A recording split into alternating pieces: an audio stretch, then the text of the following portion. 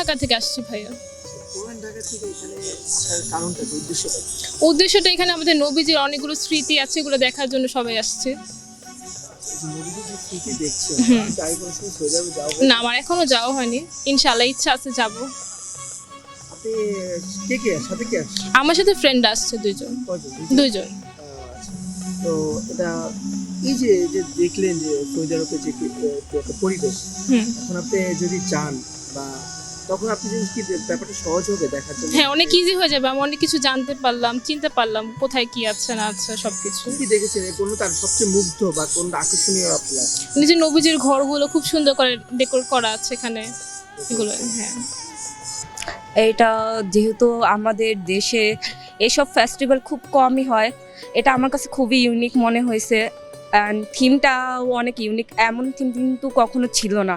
আমাদের নবীজির জীবনযাপন দেখতে পাচ্ছি, ইসলামিক সংস্থা সম্পর্কে অনেক কিছু জানতে পারছি, এর জন্যই আসা।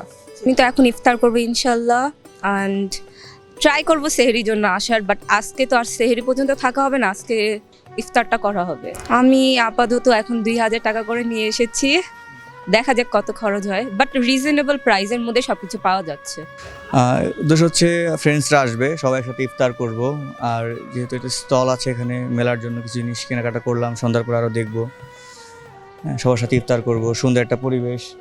এই মানে অ্যাকচুয়ালি এখানে আসার মেইন উদ্দেশ্য হচ্ছে আপনার সৌদি আরবের যে একটা ভাইবটা নিয়ে আসছে, এটা জাস্ট দেখার জন্য আসছে আর কি, ইউনিক একটা ডেকোরেশনগুলো দেখার জন্য।